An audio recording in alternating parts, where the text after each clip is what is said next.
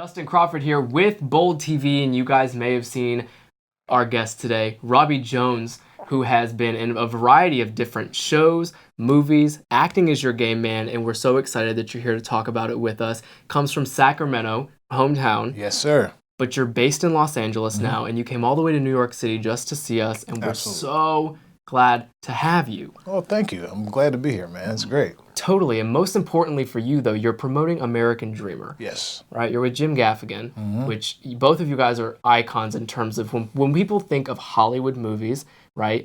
The casting process, I'm sure, is a beast. And so walk us through that. How did you get involved with American Dreamer? How was it pitched to you? And then now that it's unfolding, when, by the way, when will it be coming out? Well, I'll start at the top. Right.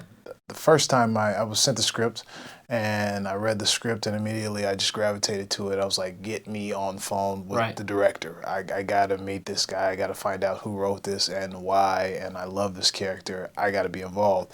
So they wanted me to make a tape. Made a tape. They loved the tape, wanted to talk to me immediately, and, long story short, I ended up getting the role, and it was a blessing. And it's kind of the process. Sometimes you have to tape, or somebody has you come in, or they just offer you something. So this one was a taping process for me. What do you kind of see in the future for yourself? I know, so you got this really big gig with American Dreamer, and so are you going to focus more on family and kind of see where the American Dreamer spotlight kind of takes your name for a little while and maybe go to the next gig, or are you still working different types of opportunities in your life or taking care of family only?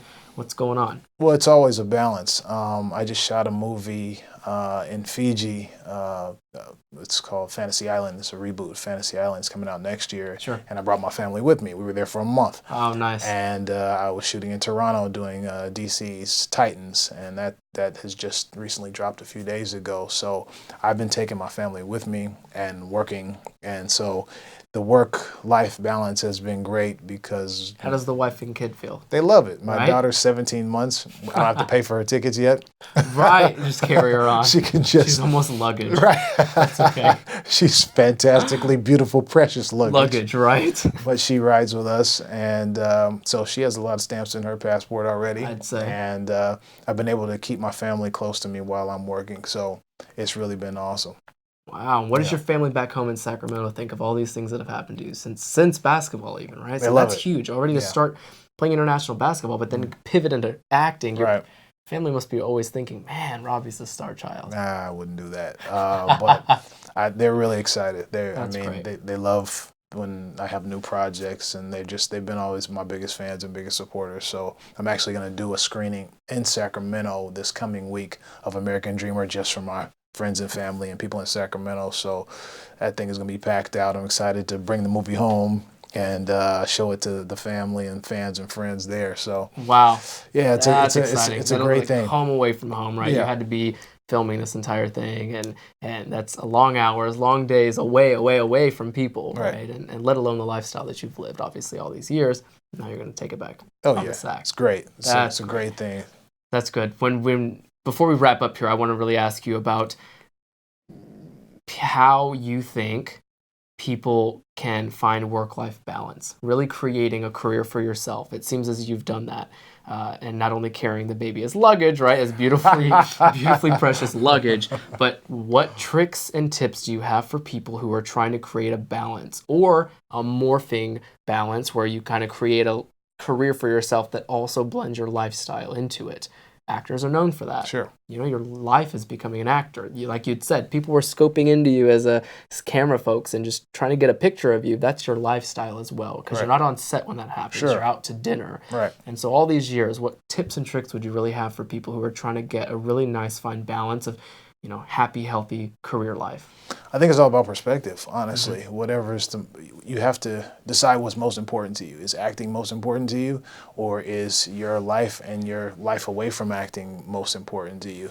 And for me, my family and my friends and my loved ones have always been top priority for me. So it's more making acting and that way of making a living fit into them as opposed to making them fit into that. Yeah. So it's all about perspective for me. For other people, it may be something different. Some people are dominated by their work life. And, you know, I would just encourage them to maybe take a different perspective and see what's really important. Because at the end of the day, without family, you know, you don't really have much.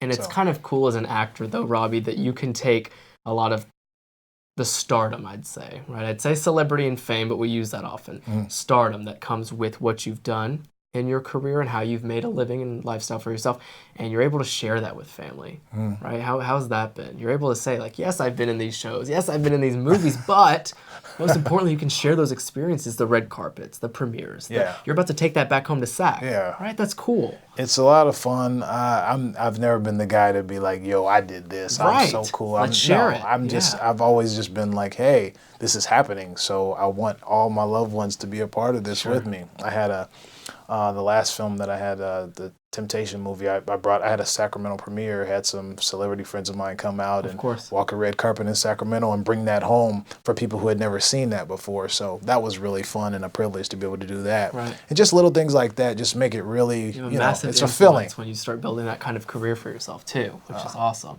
Well, you think about it. You have all these friends and family that have been watching you this entire time.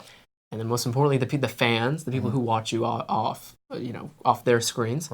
And then you're able to kind of pivot that in a nice way for people to kind of see who you are.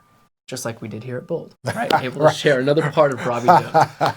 Man, we appreciate you coming in, and we're really excited that, of course, American Dreamer is what brought you to New York. To do a press tour. We were talking earlier about how you're getting chauffeured around and just tossed around to do press interviews and stuff, but really to come to New York all the way.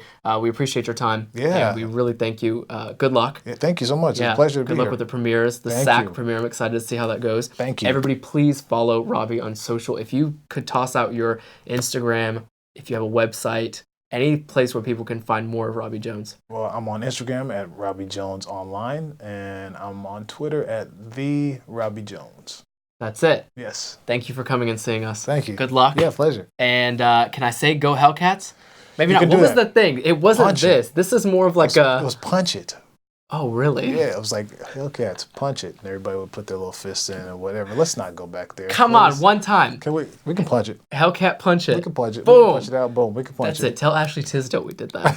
And send her to New York next, and we'll do a whole thing.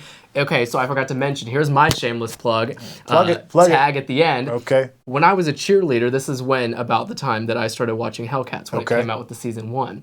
And there was a point in time that I said, dang, I want to work in TV, but I was also a cheerleader. Hellcats, Bring It On, Fired Up, those movies made sense to me. Sure. So I want to propose this to you, and you get back to me whenever you get Ashley Tisdale and Allie. Propose it. Everybody on board.